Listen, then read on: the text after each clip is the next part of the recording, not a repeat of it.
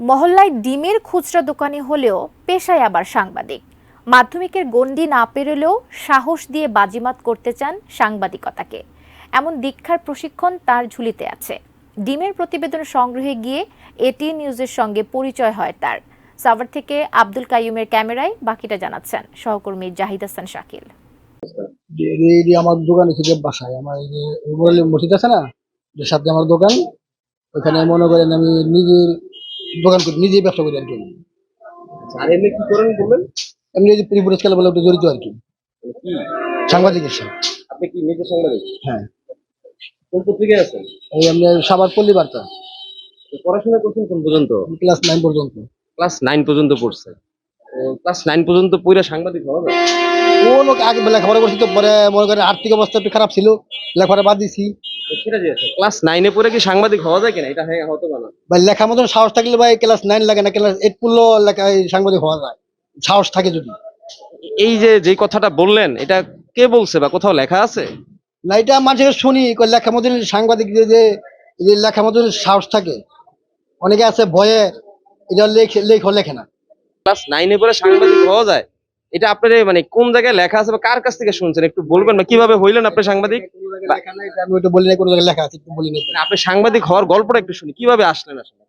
আমি আগে আমি কাজ করছি, আমি দৈনিক বাংলার বাণী, মানে এই তো মনে করেন পরে আসছে আর কি, আমি লিবরাস ক্লাব পরে আসছে। আমি আগে কাজ করছি দৈনিক বাংলার বাণী, মহাখালী আমার বসা ছিল, ওইটা এখন নাই, বন্ধ।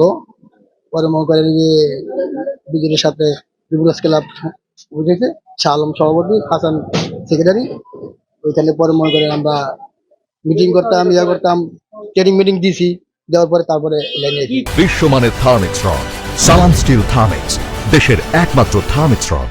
কি ট্রেনিং দিলেন ভাই? শিখাইছি। আমরা কি রকম ধরনের সেটা? মনে করেন সাংবাদিকের মনে করেন কেমনে কি লিখতে হইব, কেমনে কোন একটা কিছু কেমনে রিপোর্ট তৈরি করতে হইব, এটি আমরা শিখাইছি। কে শিখাইছে? কে ট্রেনিং দিছিল? এই যে আমাদের ক্লাবে আর কি শিখাইছে। মানে কে শিখাইছিল, নাম কি আর কি, বা কে শিখাইছেন, প্রশিক্ষক কে উনি?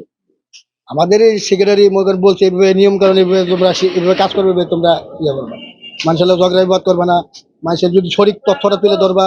আচ্ছা, আপনি কি জার্নালিস্ট বা রিপোর্টার্স বানান জানেন? ইংরেজিতে বলতে পারবেন? আমাদের তো লেখাপড়া করলে তো ভাই আরো অনেক কিছু করতে পারতাম, আমরা তো লেখাপড়া করি নাই আমরা। তার মানে আপনি পারবেন না ইংরেজিতে এটা বলতে? না, এটা পারবো না। আপনি একটা শব্দ যেই পেশা, সেই পেশায় আপনি উচ্চারণ করতে পারতেছেন না, আবার আপনি বলতেছেন সেই পেশায় আপনি আছেন।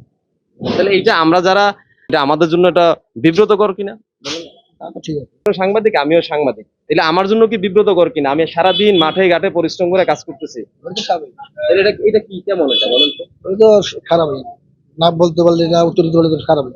না, আমাদের মনে করেন আমরা তো খুব একটা লেখাপড়া অত হাই ফাই করতে পারি নাই।